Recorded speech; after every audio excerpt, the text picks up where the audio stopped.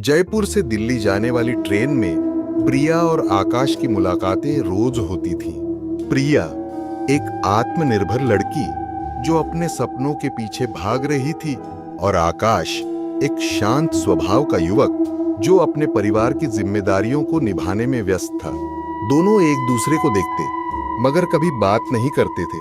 आकाश हमेशा प्रिया को स्टेशन के कुत्तों को छोटे छोटे टिफिन से खाना खिलाते हुए देखता।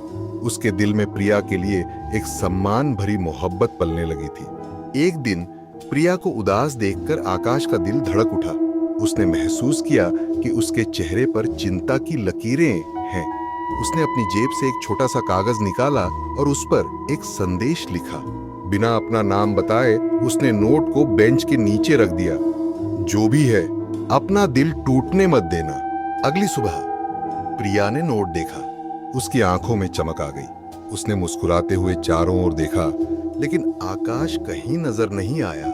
उस दिन से प्रिया ने अपनी सुबह की रूटीन में कुछ बदलाव किया। उसने आकाश को ढूंढने की कोशिश की।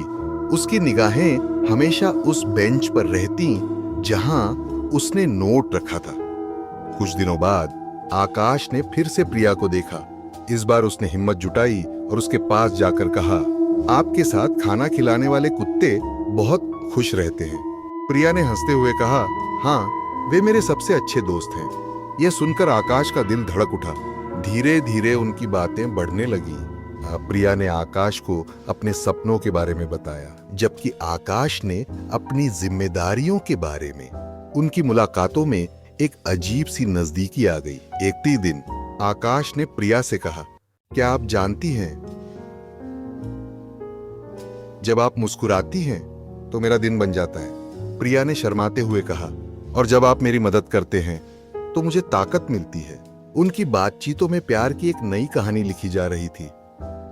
एक दिन आकाश ने प्रिया को एक छोटे से फूल का गुलदस्ता दिया और कहा, आपकी मुस्कान के लिए। प्रिया ने उसे गले लगाया और कहा, आपने मुझे फिर से जीने की वजह दी है। उस दिन से उनकी कहानी ने एक नया मोड़ लिया। प्रिया और आकाश ने अपने सपनों को एक साथ जीने का फैसला किया। उनकी मुलाकातें अब सिर्फ ट्रेन में नहीं, बल्कि जीवन के हर मोड़ पर होने लगी। प्यार की इस कहानी ने उन्हें न केवल एक दूसरे के करीब लाया, बल्कि उन्हें अपने सपनों को पूरा करने की प्रेरणा भी दी।